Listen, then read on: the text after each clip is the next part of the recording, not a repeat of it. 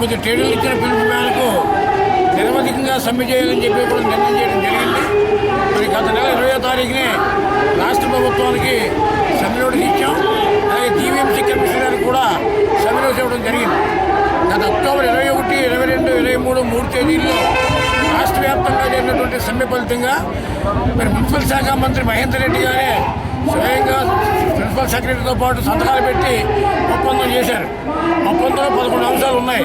కనీస వేతనం 12,000 రూపాయలు ఇవ్వాలని, 15 రోజులు సెలవులు ఇవ్వాలని, ఏఎన్ఎంఎస్సీ ఇల్లు మేము ఇస్తామని, అలాగే డిఏ అమలు చేస్తామని, పారిశుద్ధ్య కార్మికులకి నూనె, సబ్బులు, మాస్కులు, జోళ్లు ఇస్తామని చెప్పి, అలాగే ఈఎస్ఐపిఎఫ్ రెగ్యులర్గా చెల్లిస్తామని చెప్పి, అలాగే హెల్త్ కార్డులు ఇస్తామని ముఖ్యంగా ఇట్లాంటి 11 డిమాండ్ల మీద ఒప్పందం చేయడం జరిగింది. అందువల్ల ప్రజలకు జరిగే అసౌకర్యానికి పూర్తిగా ప్రభుత్వం అందే బాధ్యత.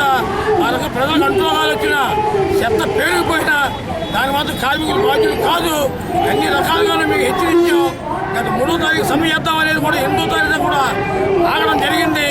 అయినా వాళ్ళు స్పందన లేకపోతే 8వ తారీఖుని మాత్రం నిరవధిక సమ్మె చేయాలని చెప్పి నిర్ణయించాం.